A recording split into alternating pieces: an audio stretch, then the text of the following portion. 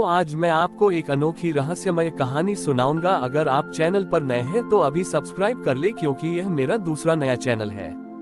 तथा कहानी पूरा देखे, अंत में एक अनोखा रहस्य छुपा है। धन्यवाद। तो सुनिए। एक अति संपन्न पर भावनात्मक रूप से सूखा नगर था, जिसका नाम था संपर्कहीन। इस नगर के लोग केवल अपने व्यक्तिगत लाभ और स्वार्थ में जीते थे। वे मानते थे कि धनतेरस पर लक्ष्मी तभी प्रसन्न होती है जब वे सबसे अधिक व्यक्तिगत संपत्ति खरीदे और दूसरों की समस्याओं से दूर रहें। उनका जीवन एक दूसरे से पूरी तरह अलग थलग था। नगर में दो व्यक्ति थे। तारांकन पृथकपाल, एक धनी व्यक्ति जो किसी से कोई संपर्क नहीं रखता था। वह धनतेरस पर 13 बड़ी दीवारें बनवाता था ताकि उसके और पड़ोसियों के बीच अधिक दूरी बनी रहे। तारांकन दयावंत, एक गरीब पर अत्यंत दयालु और जुड़ाव में विश्वास रखने वाला व्यक्ति। वह दूसरों के सुख दुख को अपना मानता था। धनतेरस का दिन आया। पृथकपाल ने अपने घर को 13 तालों से सुरक्षित किया और दीवारों पर किसी से संपर्क न करें के बोर्ड लगाए। उसने कहा, मेरा धन मेरी अकेलेपन की स्वतंत्रता सुनिश्चित करता है। दयावंत की पत्नी ने उदास होकर कहा, स्वामी, हर कोई अपने लिए संपत्ति जुटा रहा है और अलग थलग हो रहा है। हम तो सबके लिए दुखी होते हैं। क्या ये परेशानी हमें धनतेरस पर सफल होने देगी?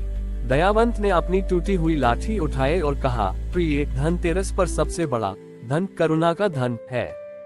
आज हम स्वार्थ के अलगाव को दूर करेंगे। दयावंत ने संकल्प लिया कि वह आज रात 13 ऐसे घरों में जाएगा जहां कोई अत्यंत अकेला या दुखी हो, और उन्हें बिना कुछ दिए केवल साथ बैठकर उनकी बात सुनेगा। यह उसका भावनात्मक जुड़ाव का प्रतीक था। उस रात माता लक्ष्मी, कुबेर और स्वयं बंधुत्व के देवता, सामाजिक एकता और करुणा के अधिष्ठाता नगर भ्रमण पर निकले। वे पृथकपाल के घर पहुँचे। वहाँ धन और सुरक्षा थी, पर बंधुत्व के देवता ने देखा कि उसके घर के चारों ओर अकेलेपन और भय की गहरी ऊर्जा थी। बंधुत्व के देवता ने कहा, यहाँ का धन केवल अलगाव पैदा करता है। इस व्यक्ति ने स्वयं को समाज से काट लिया है। ये स्वार्थ के 13 गुना बोझ से दबा है और इसका धन भारहीन है। माता लक्ष्मी ने कहा, मैं वहाँ नहीं रुकती जहाँ मानवीय प्रेम और करुणा नहीं होती। देवता फिर दयावंत की साधारण झोपड़ी की ओर बढ़े। दयावंत उस समय एक बूढ़ी माँ के पास बैठा था जिसकी कोई संतान नहीं थी और उसकी अनकही उदासी को सुन रहा था। बंधुत्व के देवता ने घोषणा की, ये व्यक्ति मेरा सच्चा उपासक है। ये करुणा का धन कमाता है। माता लक्ष्मी ने दयावंत की लाठी को स्पर्श किया। वह लाठी तुरंत एक दिव्य चमकते हुए करुणा सूत्र में बदल गई, जिससे एकता और प्रेम की आभा निकल रही थी। बंधुत्व के देवता ने वरदान दिया, दयावंत, तुमने सिद्ध कर दिया कि धनतेरस पर सबसे बड़ा धन दूसरों के साथ भावनात्मक जुड़ाव है। मैं तुम्हें करुणा का 13वां सूत्र देता हूँ। तुम्हारा ये सूत्र तुम्हें 13 गुना अधिक प्रेम, सामुदायिक समर्थन और आत्मिक समृद्धि देगा। अगले दिन पृथकपाल की बनवाई गई 13 दीवारें अचानक गिर गईं और उसे एहसास हुआ कि उसकी असली सुरक्षा उसके धन में नहीं, बल्कि मानवीय संबंधों में थी। दयावंत का करुणा सूत्र पूरे नगर में प्रसिद्ध हो गया। उसकी आभा से लोग एक दूसरे से जुड़ना और दूसरों की समस्याओं को अपना मानना सीखने लगे। पृथकपाल ने अपना सारा अहंकार त्यागा और दयावंत का शिष्य बन गया। उसने अपना धन भावनात्मक सेतु केंद्र खोलने में लगाया, जहां लोगों को सिखाया जाता था कि स्वार्थ छोड़कर करुणा के साथ कैसे जिया जाए। इस प्रकार संपर्कहीन नगर में धनतेरस का पर्व केवल व्यक्तिगत अलगाव का नहीं, बल्कि करुणा को पूजने, भावनात्मक जग, छोटे उड़ाव और सामुदायिक एकता को स्थापित करने का महापर्व बन गया। धनतेरस का असली धन करुणा और मानवीय जुड़ाव है। जो व्यक्ति स्वार्थ के अलगाव का त्याग करता है और दूसरों के दुख को अपना मानता है, उसे माता लक्ष्मी 13 गुना अधिक भावनात्मक समृद्धि, प्रेम और सामाजिक सुरक्षा का आशीर्वाद देती हैं। दयावंत, जो अब करुणाचार्य कहलाते थे, द्वारा स्थापित करुणा सूत्र और पृथकपाल, जो अब समीपस्थ कहलाता था, के भावनात्मक सेतु केंद्र ने संपर्कहीन नगर को सद्भाव नगर में बदल दिया।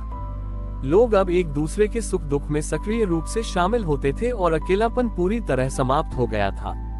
करुणाचार्य ने देखा कि लोगों के बीच भावनात्मक जुड़ाव तो स्थापित हो गया है, पर उन्हें अभी भी यह समझना बाकी है कि प्रेम और करुणा को समय की कसौटी पर कैसे स्थायी बनाया जाए, ताकि कोई भी विपत्ति उनके बीच के बंधन को तोड़ न सके। अगले धनतेरस पर करुणाचार्य ने एक अद्वितीय अखंड प्रेम का महाबंधन अनुष्ठान आयोजित किया।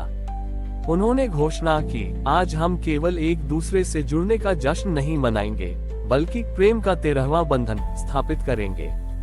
ये बंधन हमें याद दिलाएगा कि हमारे बीच का प्रेम व्यक्तिगत लाभ से ऊपर है। इस अनुष्ठान में हर नागरिक ने करुणा सूत्र के सामने बैठकर अपने जीवन के 13 सबसे बड़ी भावनात्मक चुनौतियों, 13 बार का गुस्सा, 13 बार की ईर्ष्या आदि का स्मरण किया और यह संकल्प लिया कि वे अपनी नकारात्मक भावनाओं के बावजूद दूसरों के प्रति हमेशा करुणा बनाए रखेंगे। हर नागरिक ने अपने पड़ोसी के हाथ में एक छोटा साधारण धागा बांधा। ये धागा बिना शर्त प्रेम का प्रतीक था। जब यह अनुष्ठान पूरा हुआ तो करुणा सूत्र से असीम ऊर्जा निकली और सभी धागों को एक दूसरे से अदृश्य रूप से जोड़ दिया। उसी क्षण माता लक्ष्मी, बंधुत्व के देवता और अब शाश्वत प्रेम के देवता राधा कृष्ण युगल रूप में भी प्रकट हुए। राधा कृष्ण ने करुणाचार्य को आशीर्वाद दिया और कहा, पुत्र, तुमने प्रेम को व्यक्तिगत सीमाओं से मुक्त कर दिया है। तुम्हारा अखंड प्रेम का महाबंधन इस सृष्टि के शाश्वत प्रेम का 13वां नियम है। बंधुत्व के देवता ने घोषणा की, जो समाज बिना शर्त करुणा के नियम पर चलता है, उसका बंधन कभी टूट नहीं सकता। ये बंधन तुम्हें 13 गुना अधिक भावनात्मक शक्ति और आत्मिक सुरक्षा देगा। माता लक्ष्मी ने घोषणा की, मैं उस समाज में वास करती हूँ जहाँ भौतिक धन से अधिक मानवीय प्रेम को महत्व दिया जाता है। सद्भाव नगर का धन अब अखंड प्रेम से बंधा है, इसलिए वह अमर है। समीपस्थ पृथकपाल ने उस दिन घोषणा की कि वह अपनी सारी संपत्ति अखंड प्रेम कोष में लगाएगा, जिसका उपयोग उन बच्चों की देखभाल में किया जाएगा जो अनाथ या अकेले हैं, ताकि उन्हें कभी भी अकेलेपन का अनुभव न हो। इस प्रकार सद्भाव नगर में धनतेरस का पर्व केवल संपत्ति जुटाने का नहीं, बल्कि बिना शर्त करुणा को जने प्रेम का बंधन स्थापित करने और शाश्वत भावनात्मक संपदा को अर्जित करने का महापर्व बन गया। धनतेरस का असली धन बिना शर्त करुणा और प्रेम है। प्रेम का 13वां बंधन हमें सिखाता है कि स्वार्थ के अलगाव का त्याग करके और दूसरों को बिना शर्त गले लगाकर ही हम 13 गुना अधिक समृद्ध, सुरक्षित और आत्मिक रूप से संतुष्ट जीवन जीते हैं। हमारी और भी आध्यात्मिक एवं अनोखी कहानियाँ देखने के लिए हमारे चैनल पर जाएं तथा धार्मिक एवं पौराणिक अनोखी कहानियाँ हमारे चैनल पर है। कृपया जाके देखें तथा हमारे चैनल को सब्सक्राइब करके रखें और वीडियो लाइक जरूर करें। धन्यवाद।